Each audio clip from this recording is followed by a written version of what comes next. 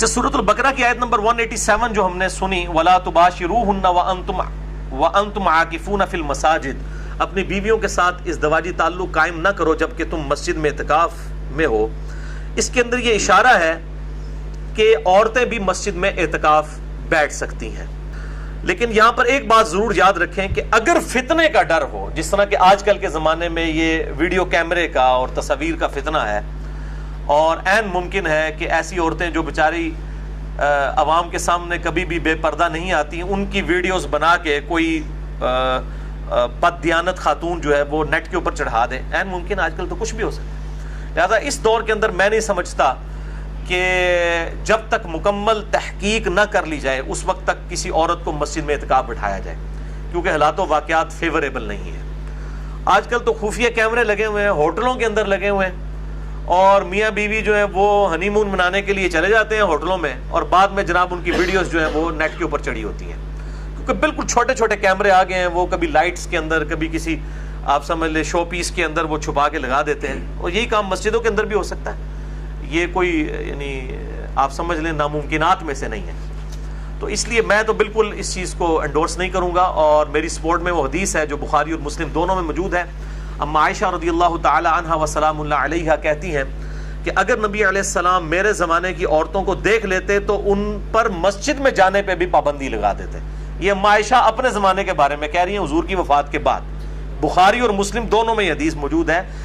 اور اما عائشہ سے بڑھ کر کون نبی صلی اللہ علیہ وآلہ وسلم کے مزاج سے واقف ہو سکتا تھا، مزاج رسول سے آشنا تھیں آپ رضی اللہ تعالیٰ عنہ، اور وہ کہہ رہی ہیں کہ اگر میرے زمانے کی عورتوں کے حالات آپ صلی اللہ علیہ وآلہ وسلم دیکھ لیتے تو مسجد میں جانے سے بھی روک دیتے۔ تو اعتکاف یہ تو اس زمانے کی بات ہو رہی ہے 1400 سال پہلے، میں تو آج کی بات کر رہا ہوں 3 جون 2017 کی۔ تو یہاں کے حالات و واقعات اور کیمرے کا جو فتنہ ہے کس طرح ابھر کر اس وقت پبلکلی سامنے ہے، لہٰذا اس صورتحال میں بچنے میں ہی عافیت ہے۔ لہٰذا میں اجتہاداً یہ سمجھتا ہوں کہ آج کے دور کے اندر اگر مسجد بیت کے اندر، یعنی گھر میں جو مسجد ڈکلیئر کی جاتی ہے، اور بخاری و مسلم میں کئی احادیث ہیں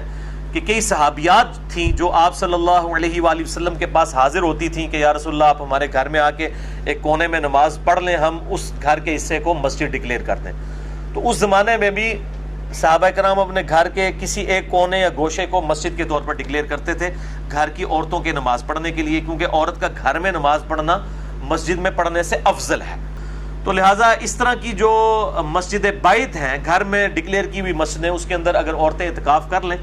تو اس کے اوپر جو سلفی اہل حدیث علماء خام خواہ فتویٰ لگاتے ہیں، اور بیسیکلی وہ فتویٰ اس لیے لگتا ہے کہ چونکہ حنفی قائل ہیں گھر میں جو ہے وہ اعتکاف کرنے کے، اس لیے اہل حدیث دوسرے معاملے میں بہت ضد کے اندر آئے ہوئے ہیں اس مسئلے میں کہ نہیں جی گھر میں عورت اعتکاف کر ہی نہیں سکتی، یہ تو ایک نفلی عبادت ہے، نہ بھی کرے تو خیر ہے، مطلب انہیں گھر میں نہیں کرنے دینا۔ تو اب جب مسجد کے اندر حالات و واقعات ایسے نہیں ہیں، اور نبی علیہ السلام نے عورتوں کو ترغیب دلائی ہے کہ وہ گھروں کے اندر نماز پڑھیں، اور بخاری مسلم میں حدیث ہے مردوں کے لیے بھی فرض کے علاوہ نفلی نماز جو ہے وہ گھر میں پڑھنا افضل ہے، تو گھر میں تو مسجد بیت ہونی چاہیے، اس کے اندر اگر عورتیں اعتکاف کر لیتی ہیں تو میرا خیال ہے اس میں کوئی حرج نہیں ہے۔ اصل مقصد تو یہ ہے کہ آپ نے کنسنٹریشن کے ساتھ اپنا وقت اللہ کے لیے دینا ہے۔